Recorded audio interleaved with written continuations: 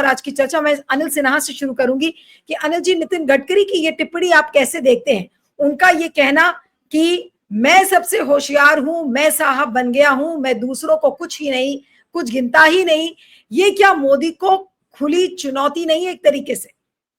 चुनौती नहीं, मतलब देखिए कि एक तो इसको पूरा कंटेक्स्ट में देखना चाहिए। वो ये है कि वहां सक्सेशन वार चालू हुआ है।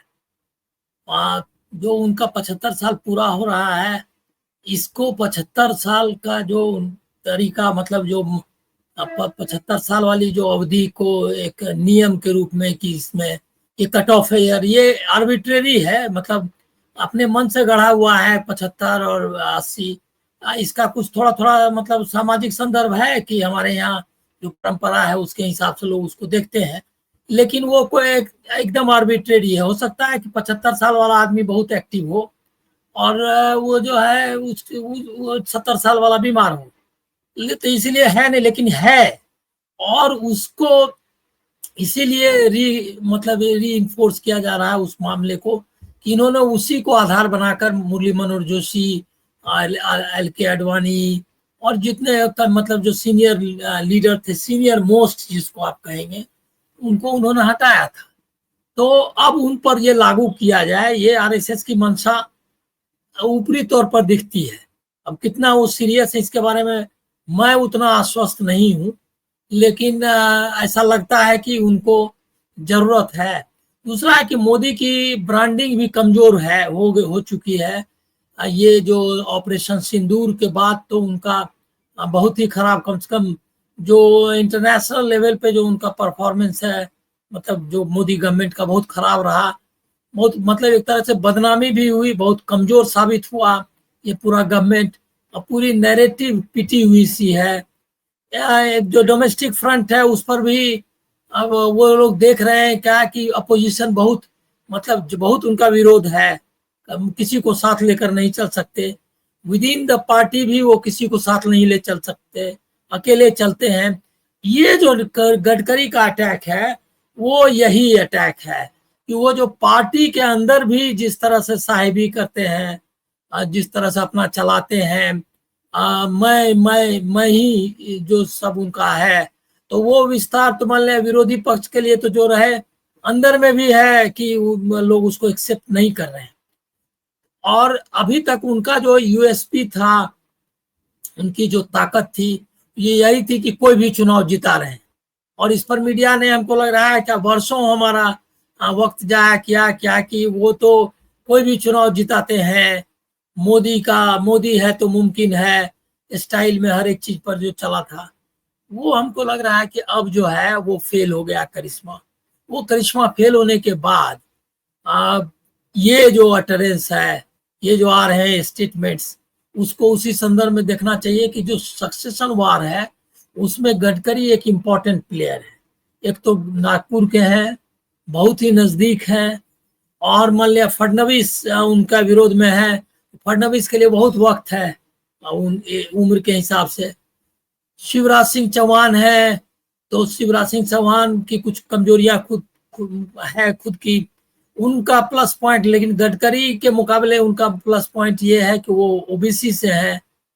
तो ये अब इसको इस पर है, डिपेंड करता है आरएसएस पर कि वो किसको चुनता है, और वो दबाव जरूर बनाएगा।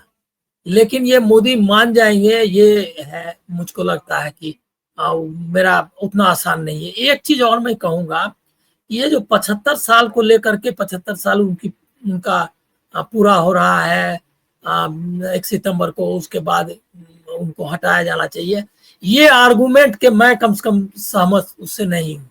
क्योंकि मेरा मानना है कि उनको हटाया जाना चाहिए था 5 साल पहले ही। वो 70 के थे, उसी समय हटाना चाहिए था। अव्वल तो ऐसा आदमी देश का प्रधानमंत्री होना नहीं चाहिए था।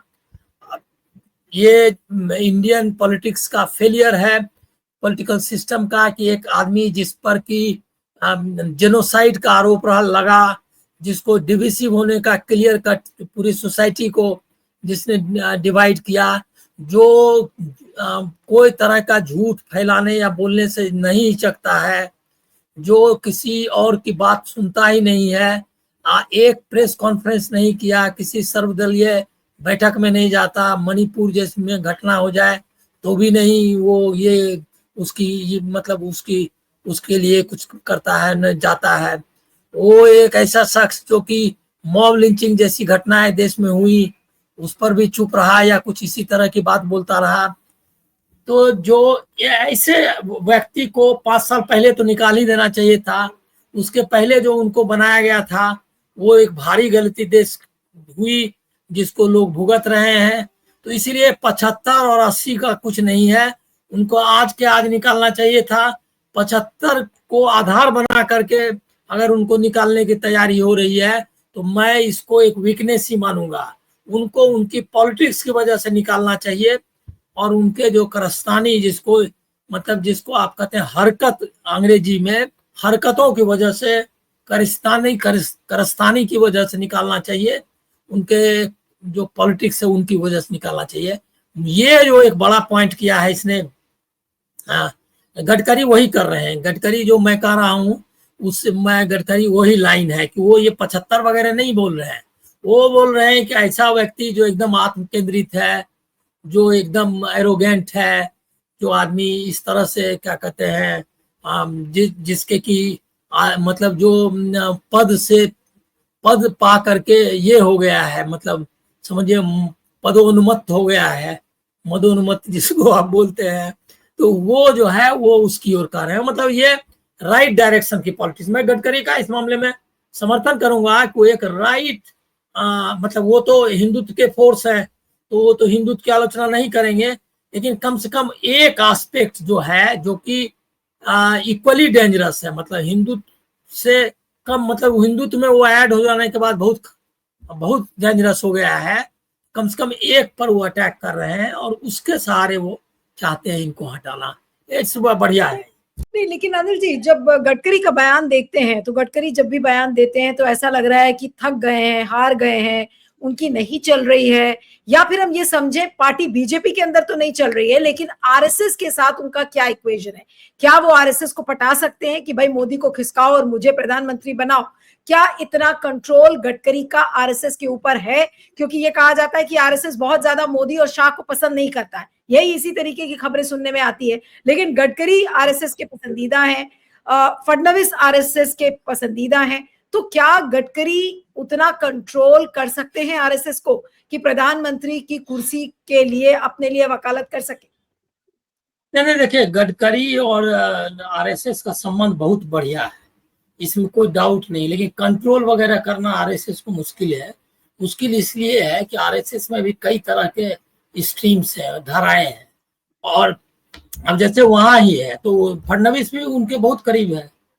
फडणवीस और गडकरी की अपनी बनती नहीं है। वहां जो लोकल इक्वेशंस है वो भी बहुत है, लेकिन मैं अपनी व्यक्तिगत जानकारी के आधार पर आपको कह सकता हूं कि आरएसएस से उनका करीबी कोई पॉलिटिकल नहीं है।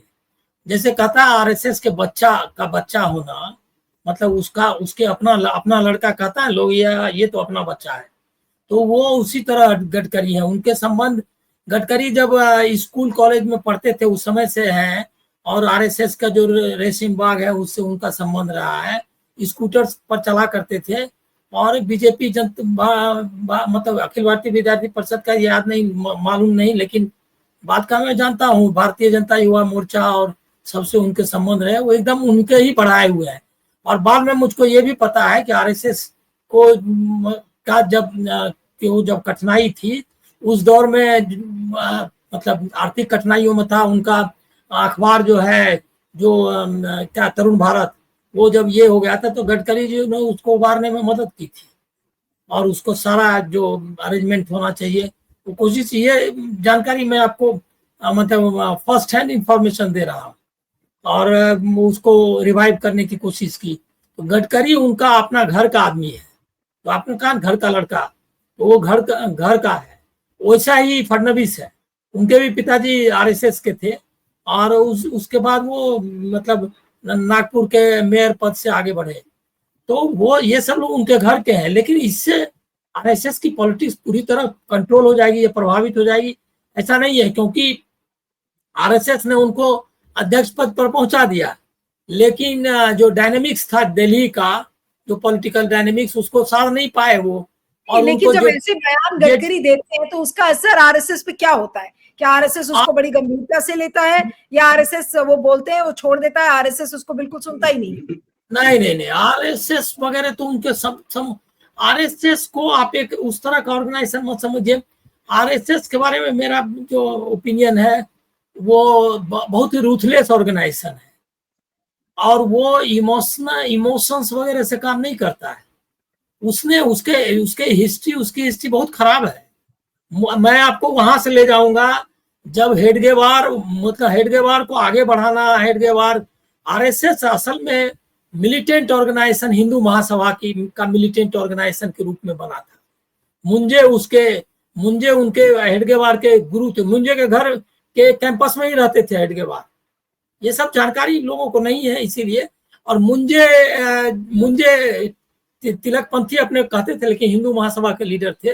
और मुंजे जो है, मुंजे ने हेडगेवार को बनाया। बाद में ऐसा था कि गोलवलकर का जब नाम आया तो लोगों को मानना ये था कि जब हेडगेवार जाएंगे तो मुंजे बनेंगे, लेकिन मुंजे को नहीं बनाया आरएसएस ने। वहां पर्ची में नाम निकला गोलवलकर का। और गोलवलकर ने हिंदू महासभा से धीरे धीरे अपने को अलग किया, मतलब कि पॉलिटिकली कोई अलग बलग नहीं थे। उनको आप देख लीजिए कि श्यामा प्रसाद मुखर्जी हिंदू महासभा के अध्यक्ष थे, और दीनदयाल उपाध्याय इनके प्रचारक थे, क्या कहते हैं, आरएसएस के। दोनों मिल करके बनाए हैं ऑर्गेनाइजेशन। और जब जरूरत पड़ा तो बोल दिया कि सावरकर से हमारा कोई संबंध नहीं है, और इससे हम आरएसएस का कोई लेना देना नहीं, महात्मा गांधी की हत्या से। लेकिन ये सब मिले जुले लोग थे। सावरकर की गोलवलकर से पटरी नहीं बैठती थी, और सावरकर की हेडगेवार के से भी उतनी पटरी नहीं बैठती थी, क्योंकि 37 में जब सावरकर अध्यक्ष बने हिंदू महासभा के, तो जिस तरह का उनको उम्मीद थी आरएसएस से वायलेंट बनने की, वो उम्मीद नहीं पर आरएसएस खरा नहीं उतरा। तो इस मुंजे को छोड़ दिया उन्होंने, जिस मुंजे ने पूरा बनाया हेडगेवार से लेकर के आरएसएस को। उसके बाद उन्होंने उसके बाद लिस्ट है, बलराज मधोक फाउंडर थे इसके जनसंघ के। दूध की मक्खी की तरह बाहर किया लोगों ने उसको, आरएसएस ने उसको सहमति दे दी। ऐसे कई लोग आप गिनती करेंगे तो आरएसएस, इवन गोविंदाचार्य अभी भी आरएसएस के ही आदमी है। मतलब आरएसएस के लिए ही पर्यावरण और ये वो बोल करके, लेकिन असल में हिंदुत्ववादी विचार श्रेणी के ही आदमी है। लेकिन उनको जब उठा के फेंका आडवाणी ने, तो आरएसएस ने उनको रेस्क्यू नहीं बचाया।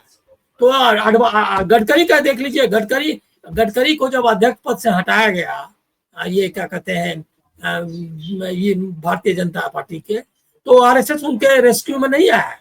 तो ऐसे बहुत सारे लोग उनके हैं। तो आरएसएस को डिक्टेट करेंगे या आरएसएस उनकी बात मान जाएगा? आरएसएस इस फिराक में है।